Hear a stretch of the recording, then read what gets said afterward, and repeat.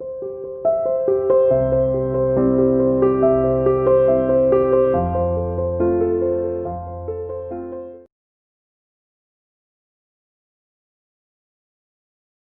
Morning students, welcome to online classes of सेर international school. अभी देखो हमने प्रोबेबिलिटी चैप्टर किया था अपना, उसमें बेटा जितना कराया गया है वो सफिशिएंट है। ठीक है, मेन है आपको फॉर्मूलाज पता होना चाहिए। इसके अलावा आपको जो पीडीएफ फाइल आपको सेंड की गई थी एमसीक्यू वाली, वो आप लोग जरूर करें। ठीक है, क्योंकि इंपॉर्टेंट पार्ट जो है वही है उस चैप्टर का। बाकी जो एनसीईआरटी में क्वेश्चंस हैं वो वाले आप स्किप कर सकते हो। जो क्वेश्चंस ऐसे लिखे हुए हैं कि refer to the table number 14.1 14.2 वो आप स्किप कर देना। बस जो आपको क्वेश्चन कराए गए हैं या जो बोले गए थे कि करने के लिए सॉल्व वो करोगे। इसके अलावा जो पीडीएफ फाइल आपको सेंड की थी एक आप वो वाले क्वेश्चंस करोगे, दैट इज एनफ। ठीक है, अब करते हैं हम हमारा next chapter, that is chapter number 8 quadrilaterals. ठीक, इंपॉर्टेंट चैप्टर है और थोड़ा थ्योरी बेस्ड चैप्टर है। ठीक है, थोड़ा सा अलग है, बट ये है कि इसमें से एक दो क्वेश्चंस तो एग्जाम में आते ही आते हैं। जैसे हमारा 7 चैप्टर था कॉन्ग्रुएंट ट्रायंगल्स जो हमने पढ़े थे, उसी के ऊपर बेस्ड ये चैप्टर है। ठीक, तो ये चैप्टर करने से पहले आपको 7 चैप्टर जरूर पढ़ना पड़ेगा। ठीक है, अब देखो स्टार्ट करते हैं क्वाड्रिलेटरल्स से। तो क्वाड्रिलेटरल्स की अगर हम बेसिक डेफिनेशन की बात करें तो क्या होता है हमारे पास, एनी एनक्लोज्ड फिगर, कोई भी हमारे पास क्लोज फिगर है जिसके पास क्या है, 4 साइड्स हैं, 4 एंगल है, 4 वर्टिसेस है, उसको हम क्या कहते हैं, क्वाड्रिलेटरल्स। सिंपल है कि क्वाड्रिलेटरल में कितनी साइड होती हैं, 4 साइड होती है, पता है सबको। ठीक, उसके बाद आता है क्वाड्रिलेटरल्स के टाइप क्या क्या होते हैं। सबसे पहले rectangle, parallelogram, rhombus, square, kite, trapezium. यही है, ये तो बिल्कुल जनरल बातें हैं जो अब तक पढ़ते आए हैं। ठीक, कि क्वाड्रिलेटरल्स हमारे पास किस किस टाइप के होते हैं। रेक्टेंगल भी एक क्वाड्रिलेटरल है, पैरेललोग्राम भी क्वाड्रिलेटरल है, रोम्बस भी क्वाड्रिलेटरल है, स्क्वायर, काइट और ट्रेपीजियम ये भी क्या है हमारे पास, टाइप्स ऑफ क्वाड्रिलेटरल्स। ठीक, अच्छा अब मेन बात आती है इनकी प्रॉपर्टीज की। प्रॉपर्टीज को बिल्कुल ध्यान से रिकॉल करना। सबसे पहले हम बात आती है रेक्टेंगल के ऊपर। ठीक, बेसिक बातें हैं। रेक्टेंगल की प्रॉपर्टी हमें क्या क्या पता है। सबसे पहला कि जो अपोजिट साइड्स हैं वो कैसी होती है, हमेशा इक्वल। रेक्टेंगल की अपोजिट साइड्स हमेशा कैसी होती है, इक्वल। ठीक, ये दोनों साइड आपस में इक्वल है और ये वाली साइड भी आपस में कैसी है, इक्वल। सेकेंडली हमारे पास रेक्टेंगल में सारे एंगल कितने होते हैं, 90 डिग्री। क्लियर, पढ़ रखा है ये हमने। Next is parallelogram. पैरेललोग्राम में क्या होती है, opposite sides are equal and parallel. कि जो पैरेललोग्राम है उसमें अपोजिट साइड कैसी होती है, पैरेलल और इक्वल। ठीक, पैरेललोग्राम और रेक्टेंगल में मेजर डिफरेंस अभी तक जो हमने पढ़ा था वो क्या पढ़ा था कि रेक्टेंगल के सारे एंगल कितने होते हैं, 90, लेकिन पैरेललोग्राम के सारे एंगल 90 नहीं होते। ये हमने पढ़ा है अभी तक। ठीक है, कि रेक्टेंगल और पैरेललोग्राम में मेजर डिफरेंस क्या है कि all the angles of rectangle are of 90 degree, but in parallelogram all angles are not of 90 degree. ठीक, अब बात करते हैं हम 9th क्लास की। तो रेक्टेंगल और पैरेललोग्राम में मेजर डिफरेंस एक और ये है कि जो रेक्टेंगल की जो डायगोनल्स होती है वो हमेशा क्या होती है, आपस में इक्वल। ठीक, diagonals of a rectangle are always equal, but in case of parallelogram diagonals are not equal. ठीक, तो अगर आपसे पूछा जाए what are the major difference between rectangle and parallelogram, तो एक तो जो हम प्रीवियस पढ़ते थे कि रेक्टेंगल के सारे एंगल कितने होते हैं, 90, और पैरेललोग्राम के सारे एंगल 90 नहीं होते। ठीक, सेकंड अब हमने क्या पढ़ा है कि रेक्टेंगल की जो डायगोनल्स है वो कैसी होती है, इक्वल, लेकिन पैरेललोग्राम की डायगोनल्स इक्वल नहीं होती। ना क्लियर हुआ। ठीक है, नेक्स्ट आते हैं रोम्बस। रोम्बस में क्या होता है, ऑल साइड्स आर इक्वल, नहीं है। ठीक, स्क्वायर में क्या होता है, all sides are equal and all angles are of 90 degree. ठीक है, अब फिर से वही बात कि स्क्वायर और रोम्बस में मेजर डिफरेंस क्या है कि स्क्वायर के सारे एंगल 90 डिग्री, बट रोम्बस में एंगल 90 डिग्री नहीं होते। ठीक, एक और मेजर डिफरेंस जो हम 9th क्लास में पढ़ेंगे वो क्या है कि स्क्वायर की जो डायगोनल्स होती है वो कैसी होती है, इक्वल, लेकिन रोम्बस की जो डायगोनल्स है वो इक्वल नहीं होती। क्लियर, मेजर डिफरेंस आप लोगों को पता होना चाहिए कि पैरेललोग्राम और रेक्टेंगल, ठीक, और रोम्बस और स्क्वायर, इन दोनों में हमारे पास डिफरेंस क्या क्या है कि जो हमारे पास 90 डिग्री जिसमें एंगल फॉर्म हो रहा है, जैसे कि रेक्टेंगल और स्क्वायर में, इनके डायगोनल्स क्या होती है, आपस में इक्वल, और जिसमें 90 डिग्री का एंगल नहीं बन रहा, मतलब रोम्बस में, पैरेललोग्राम में, उसमें हमारे पास diagonals are not equal. Clear, next आता है काइट। ठीक, काइट भी क्या है, अ टाइप ऑफ क्वाड्रिलेटरल। इसमें क्या होता है, एडजेसेंट साइड, एडजेसेंट मतलब जो साथ साथ है, ये दोनों साइड आपस में इक्वल है और ये दोनों साइड्स आपस में इक्वल। ठीक, सिंपल है। Next is trapezium. ट्रेपीजियम में क्या पढ़ा है कि one pair of opposite sides are parallel. Trapezium की एक पेयर ऑफ साइड क्या होती है, आपस में पैरेलल होती है। ठीक है, बेसिक सा ये था हमारा इंट्रोडक्शन कि टाइप्स ऑफ क्वाड्रिलेटर और हर एक क्वाड्रिलेटर की प्रॉपर्टीज। ठीक है, हमारे चैप्टर में सबसे ज़्यादा जो मोस्ट इम्पॉर्टेंट क्वाड्रिलेटरल जिसके बारे में हम रीड करेंगे दैट इज पैरेललोग्राम। ठीक है, पैरेललोग्राम की प्रॉपर्टीज आपको क्लियर होनी चाहिए। इसके अलावा स्क्वायर, रेक्टेंगल, रोम्बस, इनके बारे में भी पता होना चाहिए, बिल्कुल बेसिक प्रॉपर्टीज कि हाँ इसकी साइड्स इक्वल हैं, इसके डायगोनल से इक्वल है, इसके सारे एंगल 90 डिग्री हैं। ठीक है, बस इतना ही पता होगा सफिशिएंट है। ठीक है, अच्छा अब देखो नेक्स्ट आता है हमारे पास पैरेललोग्राम। मोस्ट इंपॉर्टेंट टॉपिक है, इसकी 4 प्रॉपर्टीज जो हर एक क्वेश्चन के अंदर लगभग यूज होगी। ठीक है, तो इन प्रॉपर्टीज को अच्छे से रीड करेंगे और इनको समझते हैं। ठीक, देखो पैरेललोग्राम के लिए सबसे पहले मैंने एक पैरेललोग्राम ले लिया ABCD। ठीक, हेयर ABCD इज ए। अब पैरेलल लाइंस को हम अगर हम शॉर्ट फॉर्म में लिखें तो हम क्या रिप्रेजेंट कर देते हैं, 2 लाइंस फॉर्म कर देते हैं पैरेलल। ठीक, तो पैरेललोग्राम को हम क्या लिख देते हैं, ये पैरेलल हो गया, उसके बाद पैरेललोग्राम। ठीक है, कई बार उसका शॉर्ट फॉर्म में लिखा जाए इस टाइप से, इसका मतलब ये जो है ये किसको रिप्रेजेंट कर रहा है, पैरेललोग्राम। क्लियर है तक? ठीक, अच्छा अब देखो ABCD हमने क्या लिया, पैरेललोग्राम। ठीक, अब फर्स्ट प्रॉपर्टी की अगर हम बात करें तो फर्स्ट प्रॉपर्टी क्या कहती है कि diagonals divide it into 2 congruent triangles, कि पैरेललोग्राम की जो डायगोनल्स हैं वो उसको क्या करती हैं, 2 कॉन्ग्रुएंट ट्रायंगल्स में डिवाइड करती हैं। ठीक, कॉन्ग्रुएंट मतलब बिल्कुल एक जैसे। ठीक है, अब देखो सपोज करो मैंने BD जो है एक डायगोनल ड्रॉ कर दी। ठीक है, डायगोनल ड्रॉ करी तो ये 2 ट्रायंगल के अंदर डिवाइड हो गया, एक तो ट्रायंगल ABD और एक ट्रायंगल BCD। ठीक, तो यही कहा है कि अगर हम डायगोनल ड्रॉ करते हैं किसी पैरेललोग्राम की तो वो उसको 2 कॉन्ग्रुएंट ट्रायंगल्स में डिवाइड करेगा। 2 ट्रायंगल में डिवाइड करेगा, ये तो डायग्राम समझ में आ ही रहा है, लेकिन उन ट्रायंगल्स की प्रॉपर्टी क्या होगी कि वो ट्रायंगल्स कैसे होंगे आपस में कॉन्ग्रुएंट। ठीक, तो हम कह सकते हैं कि triangle ABD is congruent triangle BCD। Clear? ठीक है, इस कॉन्ग्रुएंट ट्रायंगल इसको BCD की जगह पे CBD, क्योंकि बताया था आपको नेमिंग का बहुत ज़्यादा यहाँ पे मेजर रोल है। ठीक, ऐसे ही अब तो हमने BD ड्रॉ की थी डायगोनल, एक और डायगोनल क्या ड्रॉ हो सकती है, A को हम C से ज्वाइन कर दें। ठीक, A को C से ज्वाइन किया तो कौन से 2 ट्रायंगल बन रहे हैं, triangle BAC, triangle BAC is congruent triangle DAC, congruent triangle DAC। First property clear हो गई कि डायगोनल जो होती है पैरेललोग्राम की वो क्या करती है, उसको 2 कॉन्ग्रुएंट ट्रायंगल्स में डिवाइड करती है। ठीक है, 2 ट्रायंगल्स में ही नहीं, 2 ट्रायंगल में तो डायग्राम में देख ही रहा है, लेकिन जो ट्रायंगल्स हैं उनकी प्रॉपर्टी क्या है कि वो ट्रायंगल्स कैसे होते हैं आपस में कॉन्ग्रुएंट। क्लियर? नेक्स्ट प्रॉपर्टी है अपोजिट साइड्स आर इक्वल, कि जो पैरेललोग्राम है उसकी अपोजिट साइड क्या होती है, इक्वल। ये तुमने पढ़ा ही है कि जो पैरेललोग्राम है प्रॉपर्टी क्या है कि उनकी opposite sides are equal and parallel. ठीक, तो अपोजिट साइड मतलब AB के अपोजिट कौन सा है, CD। हम कह सकते हैं here AB is equals to CD, और AD के अपोजिट क्या है, BC। AD is equals to BC। Clear? Second तो बिल्कुल इजी है जो पढ़ते हैं यहाँ तक। ठीक, next is opposite angles are equal. ये प्रॉपर्टी बहुत ज़्यादा यूज होने वाली है और नई भी है आपके लिए। ठीक, ध्यान रखना है कि पैरेललोग्राम के जो अपोजिट एंगल्स होते हैं वो क्या होते हैं, हमेशा इक्वल। ये प्रॉपर्टी बहुत यूज होगी।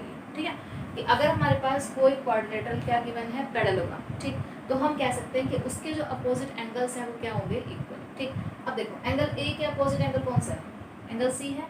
तो अगर ABCD पैरेललोग्राम गिवन है तो अपोजिट एंगल इक्वल होंगे, मतलब एंगल A जो है किसके इक्वल होगा, एंगल C के। क्लियर? ऐसे ही एंगल B के अपोजिट एंगल कौन सा है, एंगल D। ठीक, तो हम क्या कह सकते हैं, एंगल B जो है किसके इक्वल होगा, एंगल D के। Angle B is equals to angle D। Clear? कि हमारे पास पैरेललोग्राम के जो अपोजिट एंगल्स होते हैं वो हमेशा क्या होते हैं, इक्वल। ठीक, अपोजिट मतलब A के सामने वाला C, A और C आपस में इक्वल है, B के सामने कौन आ रहा है, D, तो B और D आपस में इक्वल है। ठीक है, थर्ड प्रॉपर्टी मोस्ट इंपॉर्टेंट है, बहुत सारे क्वेश्चन में डायरेक्ट यूज होती है। ठीक, कि अगर कोई क्वाड्रिलेटरल हमारे पास पैरेललोग्राम गिवन है तो उसके अपोजिट एंगल्स क्या होंगे, इक्वल। क्लियर? ठीक, नेक्स्ट है डायगोनल्स बाइसेक्ट ईच अदर, कि जो पैरेललोग्राम है उसकी डायगोनल्स क्या करती हैं, एक दूसरे को बाइसेक्ट। बाइसेक्ट मतलब क्या होता है, 2 इक्वल पार्ट में डिवाइड करना। ठीक है, तो अगर पैरेललोग्राम की हम डायगोनल्स ड्रॉ करते हैं, कितने डायगोनल ड्रॉ होगी, 2 ही होगी, एक तो हो गई AC और एक हो गई BD। ठीक, सपोज करो ये कहाँ पे इंटरसेक्ट कर रही है, O पॉइंट पे। ठीक, तो इसने ये बोला है कि पैरेललोग्राम की जो डायगोनल्स है वो क्या करती हैं, एक दूसरे को बाइसेक्ट, बाइसेक्ट मतलब दो इक्वल पार्ट में डिवाइड, ठीक है। तो हम क्या कह सकते हैं कि जो ए ओ है वो किसके इक्वल हो जाएगा, ओ सी के, क्योंकि ये ए सी क्या हो गई, बाइसेक्ट हो गई, दो इक्वल पार्ट में डिवाइड हो गई, पहला पार्ट ए ओ, दूसरा part O C. A O is equal to O C, secondly O B is equals to O D. Second में क्या कह सकते हैं, ओ बी किसके इक्वल है, O D. Diagonals bisect each other का मतलब क्या हो गया कि जो ए ओ है वो किसके इक्वल होगा, ओ सी के, और जो ओ बी है वो किसके इक्वल होगा, ओ डी के। क्लियर। ये आप लोग एज इट इज अपने नोटबुक में आप इसको लिख लेना, बिल्कुल ये सब डायग्राम ड्रॉ करके और एक एक चीज, ठीक है। ये जो प्रॉपर्टीज है ये मोस्ट इंपॉर्टेंट है। थर्ड वाली और जो फोर्थ प्रॉपर्टी है ये आपकी डायरेक्ट यूज होंगी क्वेश्चंस के अंदर। तो हमेशा याद रखना है कि पैरेललोग्राम की हमने 4 प्रॉपर्टीज रीड करी। सबसे पहली प्रॉपर्टी क्या रीड करी कि डायगोनल जो होती है पैरेललोग्राम की वो क्या करती है, उसको दो कॉन्ग्रुएंट ट्रायंगल्स के अंदर डिवाइड करती है। फर्स्ट प्रॉपर्टी ये थी। Second property opposite sides of a parallelogram are equal, तो हमें पता ही है डेफिनेशन से, ठीक। थर्ड है कि पैरेललोग्राम के जो अपोजिट एंगल्स होते हैं वो भी कैसे होते हैं, आपस में इक्वल होते हैं। Opposite angles of a parallelogram are equal, ठीक। फोर्थ प्रॉपर्टी हमने क्या पढ़ी है कि diagonals of a parallelogram bisect each other. जो पैरेललोग्राम के डायगोनल्स हैं वो क्या करते हैं, एक दूसरे को बाइसेक्ट मतलब दो इक्वल पार्ट में डिवाइड करते हैं, ठीक है। क्लियर। अच्छा, एक और छोटा सा वो पता ही होगा वैसे तो कि क्वाड्रिलेटरल्स के हमारे पास सम ऑफ एंगल्स किसके इक्वल होते हैं, 360। ये भी हमारे पास कई क्वेश्चन में यूज हो जाता है कि sum of all the angles of a quadrilateral is 360 degree, ठीक है। मेन हमारा यही टॉपिक है पैरेललोग्राम, बाकी इनकी बेसिक डेफिनेशन भी आप लोगों को पता होना चाहिए, ठीक।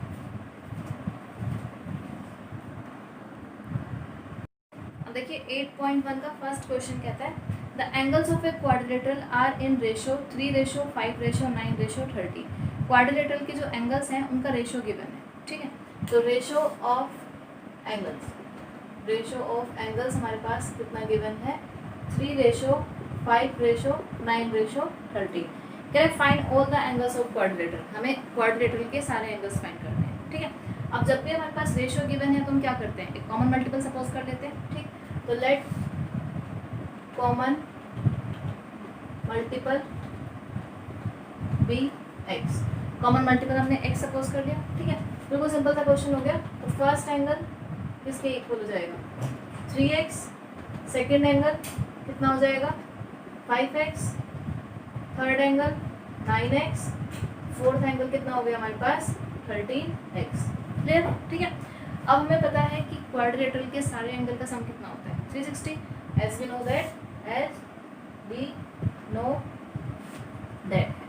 we know that sum of angles of quadrilateral is equal to 360। कि क्वाड्रिलेटरल के सारे एंगल का सम कितना होता है, 360। अब सारे एंगल मतलब क्या हो गया, first angle plus second angle plus third angle plus fourth angle. तो फर्स्ट एंगल कितना है हमारे पास, 3x plus second angle 5x plus third angle 9x plus fourth angle 13x is equals to 360। Clear. अब ये कितना हो गया, 8x plus 9x 17x, 17x प्लस 13x that is 30x is equals to 360। Then x will be is equals to 360 divide by 30, 0 0 cancel, then x is equals to 12। x की value कितनी आ गई, 12 आ गई, ठीक है। अभी हमारे पास एक कॉमन मल्टीपल आया है कितना, 12। तो हम क्या कह सकते हैं, दिस इम्प्लाइज फर्स्ट एंगल हमने क्या सपोज किया था, 3x। तो फर्स्ट एंगल कितना हो जाएगा, 3 × 12 that will be 36। First angle कितना आ गया, 36। सेकेंड एंगल हमने क्या सपोज किया था, 5x that is 5 × 12 that will be 60 degree. Clear.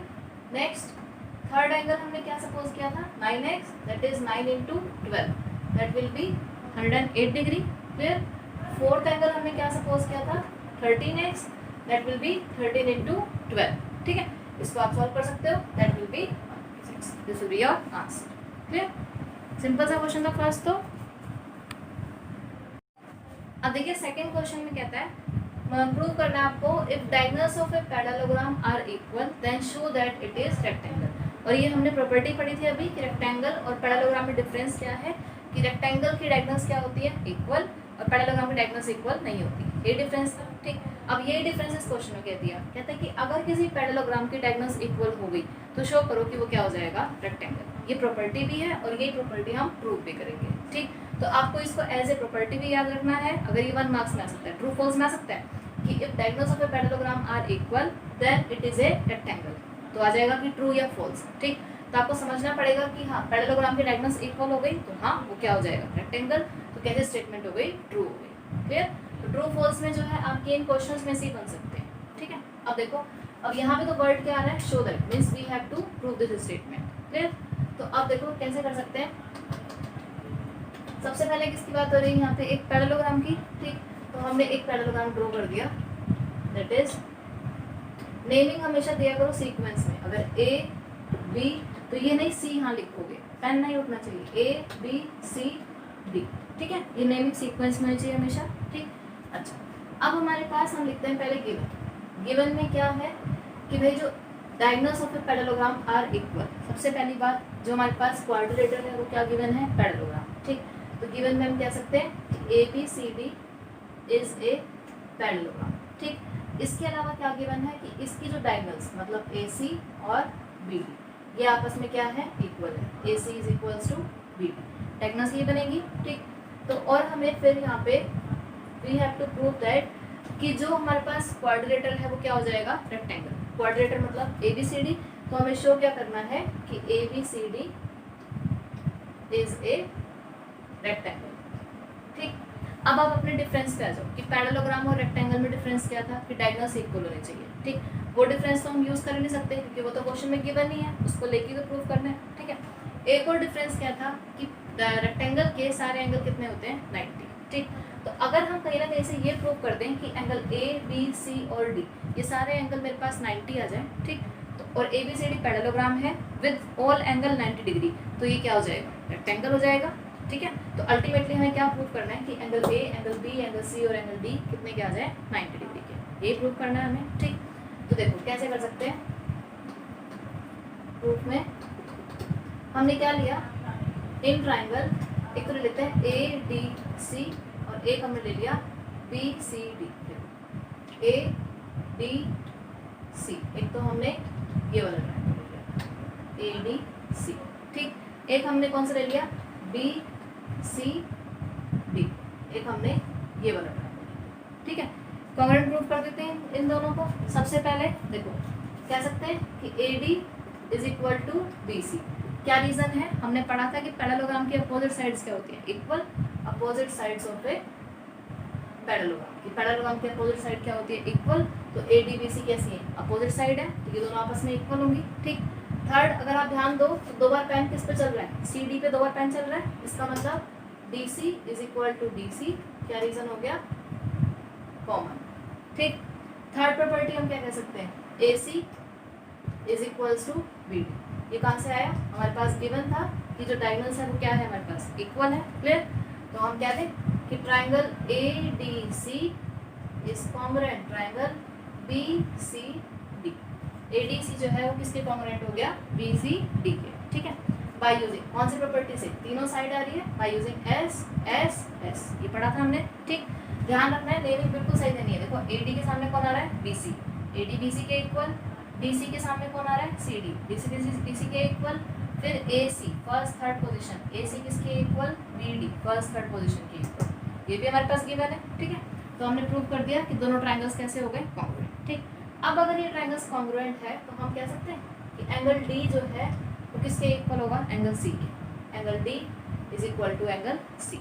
ठीक, क्या reason, by using C T C कह सकते हैं ये। ठीक, अब देखो एक चीज और है कि A B C D parallelogram था। ठीक, तो अपोजिट साइड्स कैसी हैं, पैरेलल भी है, मतलब ए डी जो है वो किसके पैरेलल है, बी सी के। ठीक, अब ध्यान देना ये 2 साइड हमारे पास पैरेलल है। ठीक, ये सी डी जो है वो ट्रांसवर्सल काम करती है, तो ये दोनों एंगल कैसे बनेंगे, एंगल डी और एंगल सी कैसे एंगल है, को इंटीरियर एंगल बन रहे हैं। ठीक, तो एंगल डी और angle C are also co interior angles. ठीक, कह सकते हैं as A D is parallel to B C. A D B C के पैरेलल क्यों है, क्योंकि साइड्स क्या है, ये अपोजिट साइड्स ऑफ पैरेललोग्राम है। ठीक, दिस इंप्लाइज एंगल डी और एंगल सी को इंटीरियर। अब को इंटीरियर की प्रॉपर्टी क्या होती है, उनका सम कितना होता है, 180। This implies angle C plus angle D is equals to 180 degree. क्या रीजन हो गया इसका, को इंटीरियर एंगल्स। रीजन आप लोग जरूर लिखोगे। ठीक है, यहाँ तक। अब देखो angle C plus angle D 180 है, लेकिन सी और डी तो क्या है, आपस में इक्वल है, ठीक। तो हम कह सकते हैं एंगल सी, एंगल डी की जगह पे एंगल सी लिख देते हैं, इज इक्वल्स टू 180। तो twice of angle C is equals to 180, this implies angle C is equal to 90 degree, ठीक। और अगर एंगल सी 90 है तो एंगल डी भी कितना होगा, 90 होगा, this implies angle D is also equals to 90 degree. Angle D भी 90 आएगा, ठीक। दो एंगल प्रूव कर दिए हमने 90 के, कि एंगल सी और एंगल डी कितना आ गया, 90 डिग्री। सिमिलरली अभी तक हमने क्या था, देखो नीचे वाले दो ट्राइंगल लिए थे, ठीक। सिमिलरली हम ऊपर वाले दो ट्राइंगल ले सकते हैं, बी ए डी और ए बी सी। ये दो ट्राइंगल लेके बिल्कुल सेम कॉन्ग्रुएंट प्रूव करके हम कह सकते हैं कि एंगल ए और एंगल बी भी कितना होगा, 90 डिग्री। एक तो ये हमारे पास मेथड है। दूसरा मेथड, एंगल ए और एंगल डी कैसे हैं, कोई इंटीरियर एंगल्स हैं, तो इनका सम कितना होगा, 180, ठीक। या हम कह सकते हैं as A B is also parallel to C D, A B C D के पैरेलल है, ठीक। This implies angle A plus angle D is equal to 180 degree. क्या रीजन, वो इंटीरियर एंगल्स। अब हमारे पास एंगल ए और एंगल डी कितना है, 90, तो यहाँ से एंगल ए की वैल्यू कितनी आ गई, 90 डिग्री कह सकते हैं, ठीक। सिमिलरली ऐसे ही एंगल बी और एंगल सी भी कैसे है, वो इंटीरियर है, तो इनका सम भी कितना होगा, 180। एंगल सी 90 है हमारे पास, एंगल बी भी कितना आ जाएगा, 90 डिग्री। या तो इसको आप को इंटीरियर से कर सकते हो, या फिर सिमिलरली लिखिए, similarly angle A and angle B are also equals to 90 degree, ठीक है। बिल्कुल सेम प्रूफ चलेगा। जो हमारे पास सेम प्रूफ होगा उसको करके दिखाने की जरूरत नहीं पड़ेगी, सिंपल आप लिख सकते हो, similarly angle A and angle B are also 90 degree, ठीक। अब हमने क्या देखा, here angle A is equal to angle B is equal to angle C is equal to angle D, और सारे एंगल कितने के आ गए, 90 डिग्री के। अब किसी पैरेललोग्राम के अगर सारे एंगल 90 आ जाए तो वो क्या हो जाता है हमारे पास, rectangle. This implies A B C D is a rectangle. ये हमें प्रूव करना। क्लियर हो गया। प्रॉपर्टी देखो बिल्कुल छोटा सा क्वेश्चन, बिल्कुल छोटा सा है, आंसर इसके बड़े बड़े होंगे, ठीक है, लेकिन बिल्कुल सिंपल होंगे। आपको 7 चैप्टर क्लियर होना चाहिए, इसके अलावा प्रॉपर्टीज क्लियर होना चाहिए कि हाँ रेक्टेंगल की क्या प्रॉपर्टीज है, पैरेललोग्राम की प्रॉपर्टी क्या है। इसके अलावा कुछ भी नहीं है, बिल्कुल सिंपल है। कॉन्ग्रुएंट का हमें यूज़ करना है और अपना सिंप्लिसिटी का यूज़ करना है, ठीक है।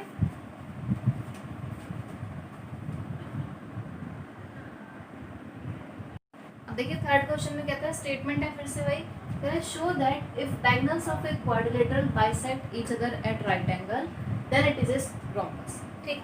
क्या बोला है इसमें कि अगर किसी क्वाड्रिलेटरल की जो डायगोनल्स हैं, ठीक, वो क्या करती हैं, एक दूसरे को बाइसेक्ट करती हैं कितने पे, 90 डिग्री के एंगल पे, ठीक है। तो हमें शो करना है कि वो जो क्वाड्रिलेटरल है वो क्या होगा, रोम्बस, ठीक। अब इसी स्टेटमेंट को अगर हम ध्यान से समझें तो रोम्बस की एक प्रॉपर्टी यहाँ पे आ गई कि रोम्बस की जो डायगोनल्स होती हैं वो आपस में कैसी होती हैं, परपेंडिकुलर बाइसेक्टर। क्लियर, एक प्रॉपर्टी निकल के आ गई यहाँ से। एमसीक्यू में बेटा इसी में से क्वेश्चन बनेंगे।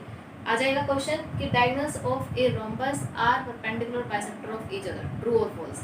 तो हमने अभी क्वेश्चन प्रूव करेंगे कि किसी भी क्वाड्रिलेटरल की अगर डायगोनल्स क्या है, बाइसेक्ट कर रही हैं और कितने पे, 90 डिग्री के एंगल पे, means they are perpendicular bisector, तो वो क्वाड्रिलेटरल क्या होगा, रोम्बस। ट्रू हो गई स्टेटमेंट, ठीक है। अब देखो यहाँ पे तो शो दैट है, तो प्रूफ कैसे करेंगे, गिवन में सिर्फ हमारे पास एक क्वाड्रिलेटरल है, ठीक है। तो आप कोई भी शेप दे सकते हो जो आपको मन करे। सिंपल सा एक डायग्राम ड्रॉ कर देते हैं, ए बी सी डी।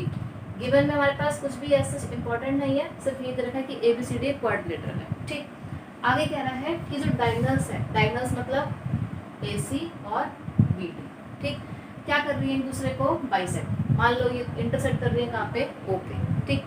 अब अगर डायगोनल्स बाइसेक्ट कर रही हैं, इसका मतलब क्या होगा, ए ओ किसके इक्वल होगा, ओ सी के, और ओ बी किसके इक्वल होगा, ओ डी के, ठीक। तो डायगोनल्स बाइसेक्ट ईच अदर मतलब हमारे पास क्या गिवन है कि A O is equal to O C and O B is equals to O D, ये गिवन है, ठीक। आगे है bisect each other at right angle. Bisect तो कर रही है लेकिन कितने एंगल पे, 90 डिग्री के एंगल पे। इसका मतलब जो हमारे पास यहाँ पे जो एंगल बन रहा है, ये चारों एंगल कौन कौन से एंगल, ध्यान से नेमिंग पढ़ना, एंगल ए ओ बी, पढ़ो ए ओ बी, कितने का बनेगा, 90 डिग्री। और एंगल बी ओ सी, ये भी 90 degree, angle C O D भी 90, और एंगल ए ओ डी भी कितना है हमारे पास, 90 डिग्री। ये चारों एंगल कितने के हमारे पास गिवन है, 90 डिग्री के। इतना क्लियर हुआ, ठीक।